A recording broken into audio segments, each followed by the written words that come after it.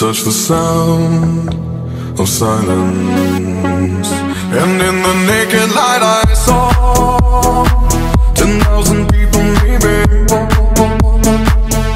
people talking without speaking, people hearing without listening, people writing songs that voices never share, and no one dared disturb the sound of silence. Fools said, you do not know. Silence like a cancer grows.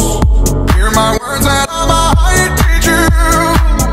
Lay my arms and I might reach you.